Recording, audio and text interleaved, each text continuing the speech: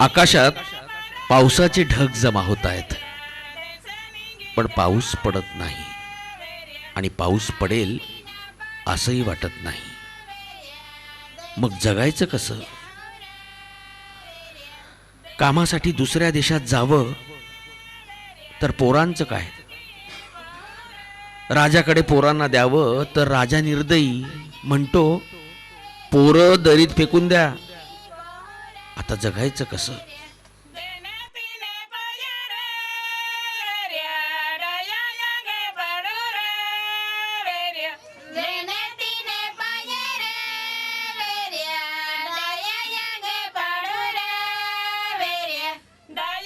सातपुडा पर्वतरांगेतल्या आदिवासींचे पारंपरिक लोकगीत. महाराष्ट्र, मध्य प्रदेश आणि गुजरात राज्यांच्या सीमेवर सातपुडा पर्वत पसरला आहे. तिथे वर्षानुवर्ष हे गीत गायलं जातं. आज राजाच्या जागी मायबाप लोकशाही सरकार आलंय. त्यालाही आता तब्बल 58 वर्ष लोटली आहेत. या प्रदेशात आदिवासी संस्थानिकांची राजघराणी होती. त्यांची राजवट कधीच संपली आणि स्वतंत्र भारताच्या जंगल खात्याची दडपशाही सुरू झाली. विकास प्रकल्पांमुळे विस्थापन झालं. रोजगारासाठी लाखो कुटुंबांना स्थलांतर करावं लागलं. इथल्या भूमिपुत्र आदिवासींचे जगण्याचे सगळे स्रोत नष्ट होऊ लागले आणि कुपोषणाच्या दरीत कोवळ्या मुलांचे बळी जात राहिले. आजही तसेच जात आहेत. अशा कोवळ्या बळींची नोंद सरकार दरबारी कोणत्या ना कोणत्या आजाराच्या नावाखाली होते, जरी त्या बालमृत्यूंचं मूळ कुपोषणात असलं तरी.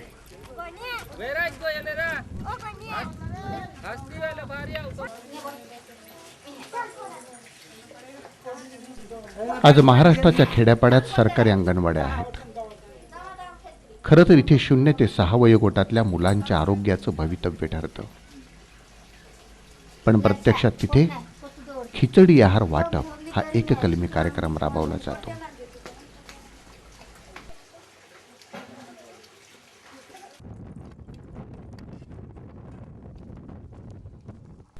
जागतिक बँकेच्या अहवालात सरकारी अंगणवाड्यांच्या कार्यपद्धतीचे मूल्यमापन आणि योग्य देखरेख होण्याची गरज स्पष्टपणे मांडली आहे. बँकेने ऑगस्ट 2005 मध्ये इंडियाज अंडर नरिश्ड चिल्ड्रन हा अहवाल प्रसिद्ध केला. कुपोषण निर्मूलनाचे कार्यक्रम राबवणाऱ्या एकात्मिक बालविकास प्रकल्पावर या अहवालात खूप ताशेरे ओढले आहेत.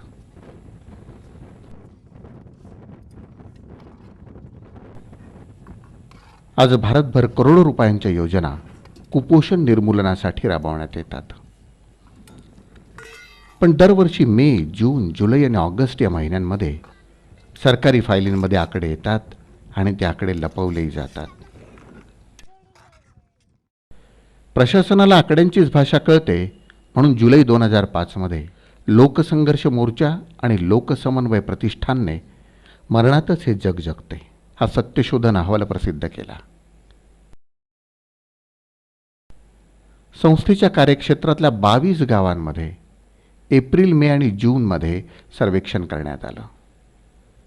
सर्वेक्षणातून पहिल्या आणि चौथ्या श्रेणीमधील कुपोषित मुलांची संख्या निश्चित करण्यात आली.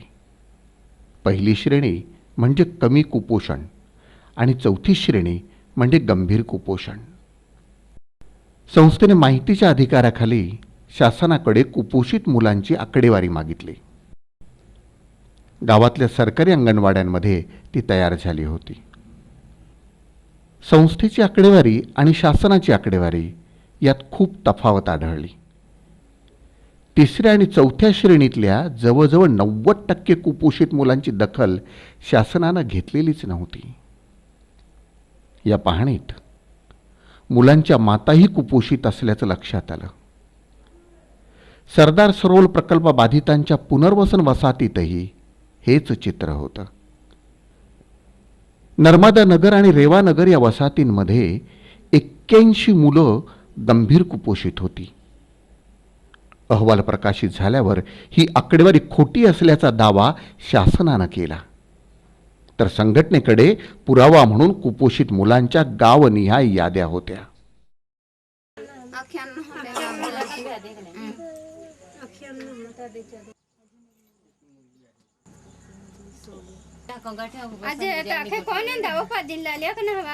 रोजकुंड गावातल्या या कुपोषित मुलांच्या माता संध्याकाळी मुलांना घेऊन प्राथमिक आरोग्य केंद्रातून नुकत्याच परत आल्या आहेत. प्राथमिक आरोग्य केंद्र गावापासून अवघ्या 2 किलोमीटर अंतरावर. तिथे 3ऱ्या आणि 4थ्या श्रेणीतील मुलांना ॲडमिट करून घ्यावं असा नियम आहे. पण डॉक्टरांची उदासीनता आणि अपुरी आरोग्य सुविधा यामुळे त्या सगळ्या हतबल झाल्या आहेत. आम्हाला रोज सकाळी 9 वाजेपर्यंत मुलीला घेऊन दवाखान्यात जावं लागतं. गेले 4-5 दिवस आम्ही रोज जातोय. माझी मुलगी 3 वर्षांची आहे. दवाखान्यात मुलीला तपासतात आणि आम्हाला संध्याकाळी 5 वाजेपर्यंत बसवून ठेवतात. तिथे औषध देत नाहीत की खायला अन्न देत नाहीत. घरातूनच भाकर बांधून घ्यावी लागते. आजपासून 40 रुपये बुडीत मजुरी मिळायला लागली आहे. पण उशिरा आलात की मजुरी मिळणार नाही असं डॉक्टर सांगतात. हे असंच चालू राहिलं तर माझी मुलगी कशी बरी होणार? सर्व कुपोषित मुलांच्या पालकांना हाच प्रश्न सतावतोय. आता लोकांनी ठरवलं, न्याय मागायला तालुक्याच्या ठिकाणी जायचं.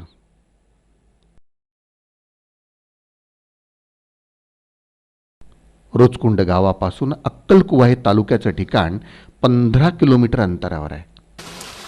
तिथे जाण्यासाठी फक्त खाजगी जीप गाड्या चालतात.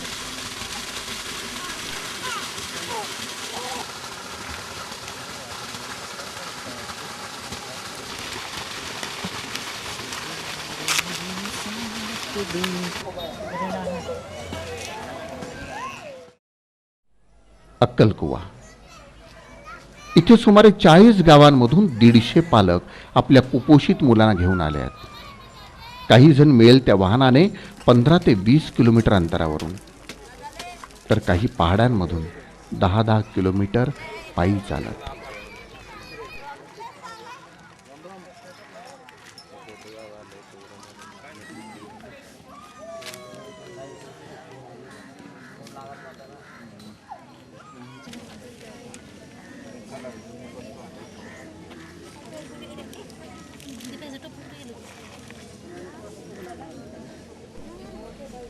सप्टेंबर महिन्यात ही परिस्थिती तर पावसाळ्यात निश्चितच दुप्पट. इथे दिसत असलेल्या मुलांमध्ये 3ऱ्या आणि 4थ्या श्रेणीतील 88 मुलं आहेत. निदान आता तरी आपलं मूल कुपोषणाच्या श्रेणीतून सुटेल असा या सगळ्यांना विश्वास वाटतो.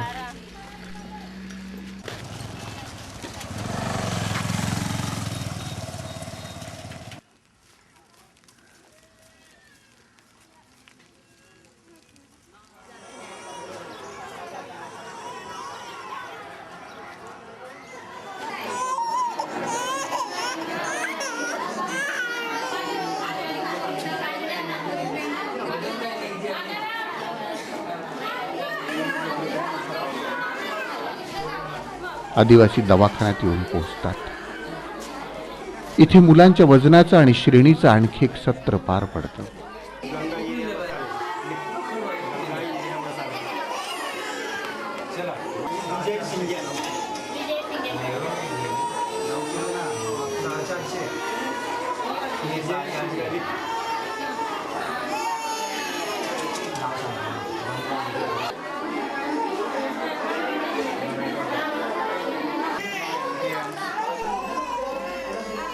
दोन दिवसांमध्ये 100हून अधिक मुलांना रुग्णालयात दाखल करून घेण्यात आले. रुग्णालयात खाटांची संख्या फक्त 30 आहे.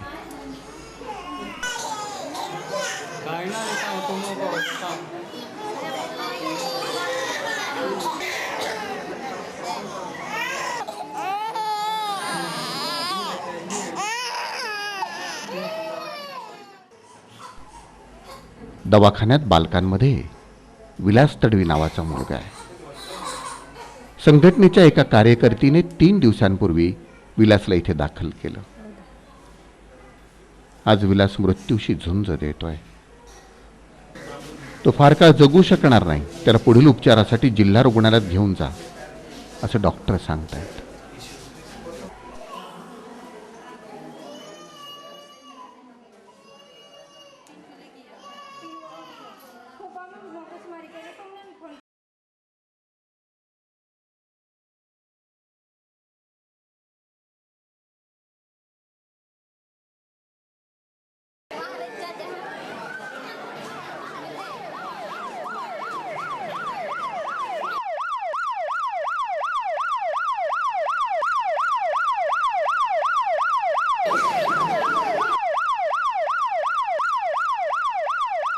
जिल्हा रुग्णालय इथून 40 किलोमीटर अंतरावर आहे. ॲम्ब्युलन्स मिळवायला 2 तास लागले आहेत. हा 40 किलोमीटरचा प्रवास विलाससाठी खूप जीवघेणा आहे. विलास दिलीप तडवी, वय वर्ष 1.5, गाव आंबाबारी, भूमीन कुटुंबातला एकुलता एक मुलगा. रोजगारासाठी कुटुंबाचे वर्षातून 2दा स्थलांतर.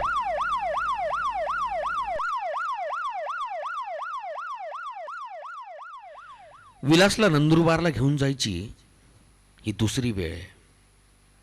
जिल्ह्याच्या ठिकाणी उपचार करून 15 दिवसापूर्वी व्हाया तालुका रुग्णालय करून विलास आपल्या गावी परतला. 4थ्या श्रेणीतल्या विलासच्या तब्येतीत फारसा फरक पडला नाही आणि म्हणून त्याचे वडील त्याला प्राथमिक आरोग्य केंद्रात घेऊन गेले. तिथे त्यांना उत्तर मिळालं, हे काही शहर नाही, इथे असे उपचार केले जात नाहीत. आणि कोण म्हणतं तुमचा मुलगा कुपोषित आहे? विशेष म्हणजे विलासची गावातल्या अंगणवाडीत कुपोषित म्हणून नोंद नव्हती. गावातल्या हंसा नावाच्या कार्यकर्तीनं विलासला पुन्हा दवाखान्यात नेलं आणि 3 दिवसांपूर्वीच तालुक्याच्या ग्रामीण रुग्णालयात डॉक्टरांनी त्याला दाखल करून घेतलं. दाखल केल्यापासूनच तो गंभीर आहे आणि 3 दिवसांमध्ये त्याची तब्येत अधिक खालावली आहे.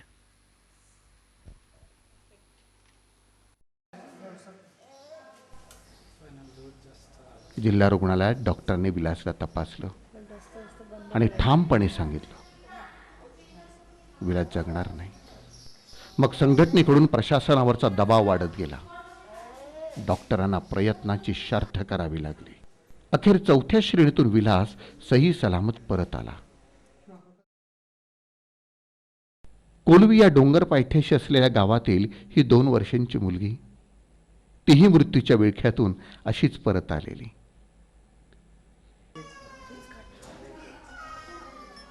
या घटनांनंतर शासनानं आरोग्य सेवा सक्षम करण्याचं आश्वासन दिलं.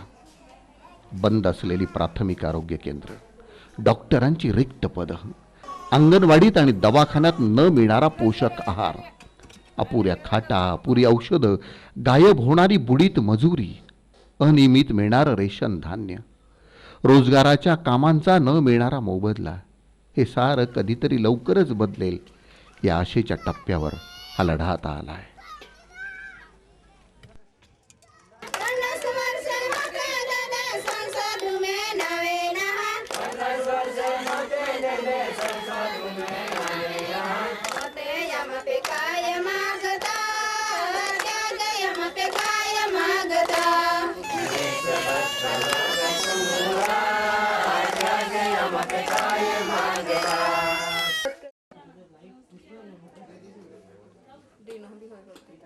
प्रेग्नेंट आहे.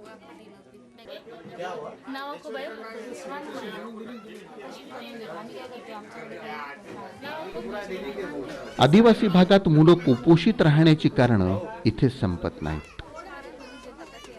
मुलं कुपोषित आहेत कारण त्यांच्या माताही कुपोषित आहेत. किंबहुना संपूर्ण आदिवासी समाज कुपोषणाच्या गर्तेत सापडला आहे. इथला समाज जे भीषण जीवन जगतोय त्याचा कुपोषण हा फक्त एक दृश्य परिणाम आहे.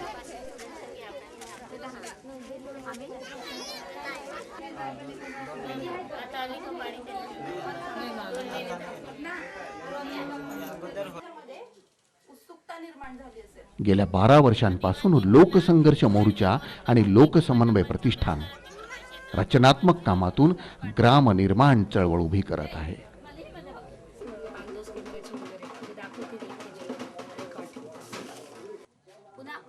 कसं शिकवलं. आई त्यांची आई नसतेच किंवा आगगाडी. आगगाडी जर आयुष्यामध्ये बघितलीच नाही तर व्हिज्युअलाइज कशी काय होणार त्यांना? आदिवासींच्या सगळ्या समस्यांच्या मुळाशी त्यांना नाकारण्यात आलेले जल, जंगल आणि जमिनीवरील पारंपरिक हक्क आहेत. त्यांना किमान नागरी सुविधाही देण्यात आलेल्या नाहीत. आज जगण्याची असुरक्षितता इथला आदिवासी अनुभवतोय.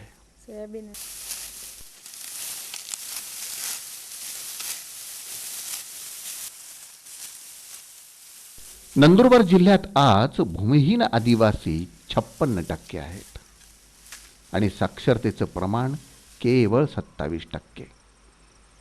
दारिद्र्य रेषेखालील कुटुंब आहेत 95%. तर जिल्ह्यातील 60% लोक कोरडवाहू शेती करतात आणि 8 महिने रोजगारासाठी भटकंती करत फिरतात. म्हणूनच कुपोषणाच्या प्रश्नाला अन्न सुरक्षा आणि ग्रामीण शेतीच्या मुद्द्यांसह व्यापकतेनं भिडायला हवाय. नाहीतर येणारा काळ हा आदिवासींच्या भूकबळीचा काळ असेल.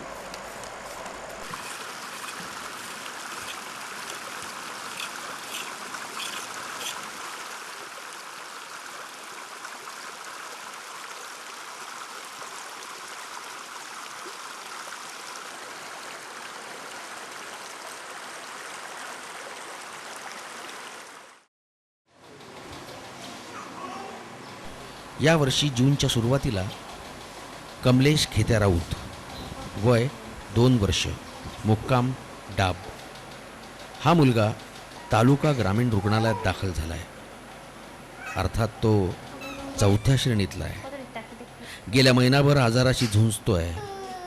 संघटनेच्या कार्यकर्त्यांच्या मदतीनं व्हाया डाब आरोग्य केंद्रातून 35 किलोमीटरवर असणाऱ्या रुग्णालयात त्याला काल दाखल केलं आहे. गावात कित्येक महिने डॉक्टर किंवा नर्स आलेलीच नाही. अंगणवाडीत कमलेशची साधी नोंदही नाही.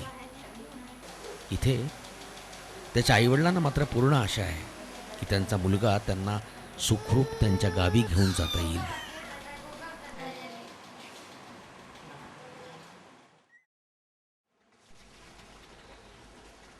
हसतं, खेळतं, गातं, बागडतं बालपण या डोंगर दऱ्यांमध्ये नांदतंय. ते कोणीही हिरावून घेऊ नये म्हणून ही सगळी धडपड चालली आहे. येणाऱ्या पुढच्या पिढ्यांना मोकळ्या वातावरणात जगायचं आहे, तेही स्वतःच्या हक्काचं. हा हक्क असेल त्यांच्या जल, जंगल आणि जमीन या नैसर्गिक संसाधनांवरचा त्यांचा पारंपरिक हक्क. कुपोषणाविरोधातील ही लढाई आरोग्य आणि पायाभूत सुविधांची जशी आहे तशी ती या हक्कांसाठींची आहे. चला चला, तुम्ही आम्ही आपण सगळे मिळून या लढाईत सामील होऊया.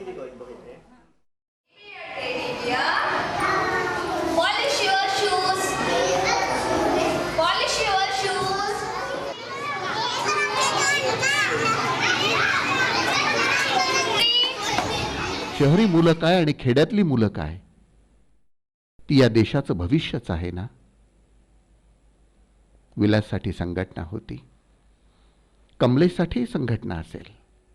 कित्येक कमलेश, विलास श्रेणीचा बिल्ला लावून सातपुड्यात राहत आहेत. तुमची कणभर मदत या मुलांचं आयुष्य उजळवून टाकेल.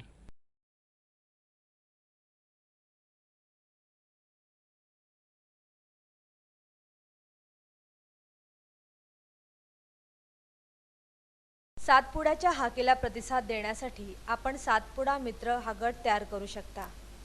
जून ते सप्टेंबर या 4 महिन्यांच्या कालावधीसाठी यहामोगी आरोग्य केंद्र उभारायचे आहे. तसेच दुर्गम भागात आजारी मुलांची नेहाण करण्यासाठी वाहनाची गरज आहे. त्यासाठी आपण आर्थिक मदत उभारू शकता. बालरोगतज्ञ आणि स्त्रीरोगतज्ञांचे आरोग्य शिबिर आयोजित करता येईल. आवश्यक औषधे, वैद्यकीय साधने आणि उपकरणे पुरवता येतील. आदिवासी भागात आरोग्याबाबत प्रबोधन करण्यासाठी प्रशिक्षण शिबिरे, प्रदर्शने आदी कार्यक्रमांच्या आयोजनामध्ये आपण सहभागी होऊ शकाल. तुमच्या सोयीनुसार वेळेचे नियोजन करून अल्पकालीन कार्यकर्ता म्हणून प्रत्यक्ष कार्यक्षेत्रात काम करू शकता. कुपोषित मुलांसाठी पूरक पोषक आहाराची सामुग्री पुरवू शकता. ही मदत आपण पैशाच्या किंवा वस्तूंच्या स्वरूपात देऊ शकता.